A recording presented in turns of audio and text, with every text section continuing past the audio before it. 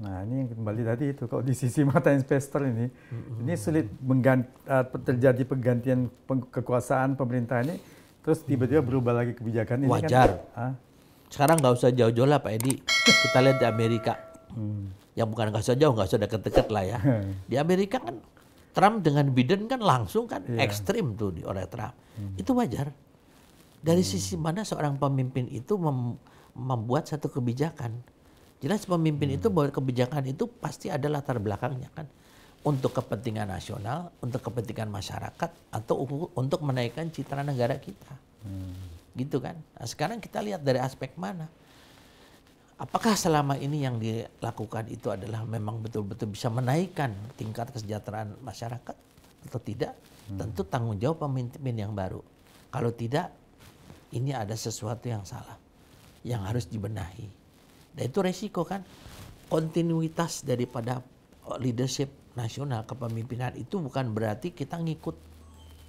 Kalau ada sesuatu yang mungkin tidak salah ya harus benahi. Oh, tidak benar, salah itu harus dibenahi. Tetap yang jadi pedoman adalah Undang-Undang Dasar 45 dan Pancasila. Keadilan sosial bagi seluruh rakyat Indonesia. Nah, bagaimana menentukan keadilan sosial itu? Disitulah hukum bermain. Kan hukum kan tujuan hukumnya kan satu adalah memberikan kepastian. Yang kedua adalah bagaimana memberikan rasa keadilan. Yang ketiga kemanfaatan. Nah, dengan adanya hukum itu kita lihat ada nggak manfaatnya bagi masyarakat? Itu kan kalau perizinan itu kan hukum tuh ya, peraturan. Ada tidak buat masyarakat? Berarti tujuan hukum itu tidak terpenuhi sana. Nah, orang-orang yang memahami tentang masalah hukum, kenapa ini tidak bermanfaat? Berarti ada sesuatu yang salah dalam hal bagaimana memberikan perizinan. Nah, itu mungkin itu menurut pendapat saya dari aspek hukum ya. Ya, ini kembali ke pagar laut kan di Sidoarjo juga ada kasus pagar laut, tapi yang ini pernyataan daripada Menteri ATR BPN Pak Nusron Wahid bahwasanya di sana ternyata adalah dulunya daratan atau tambak yang terjadi abrasi. Sehingga mungkin kasusnya berbeda sama yang sangat di 2 ya. Berbeda. Berbeda dari sana bukan PSN. Kalau namanya tambak berapa banyak sih? Tambak itu kan yang digunakan oleh orang-orang itu adalah pada saat biasanya pasang surut ya. Ya kebetulan saya kan di satu perusahaan yang memang usahanya adalah salah satu di bidang udang ya, ikan kan. Kita tahu di beberapa tambak kita itu terjadi abrasi sehingga harus kita tutup gitu. Karena percuma gitu menanam udang atau beternak udang, udangnya masuk laut semua.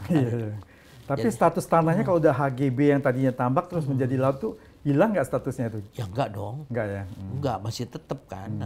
Sekarang cuman dia punya HGB tapi tidak bisa menempati namanya di laut kan. Berarti kalau melakukan sesuatu harus izin KKP lagi nanti ya? Ya harus kan selalu kan kita juga harus ada semacam satu klarifikasi lagi, harus kita melakukan pemutahiran data-data lagi kan harus. Ya kalau nggak salah yang Sidoarjo ini HGB-nya udah mau berakhir juga ini dalam waktu dekat katanya. Iya nanti akan ada penilaian. Nggak diperpanjang lagi kelihatannya.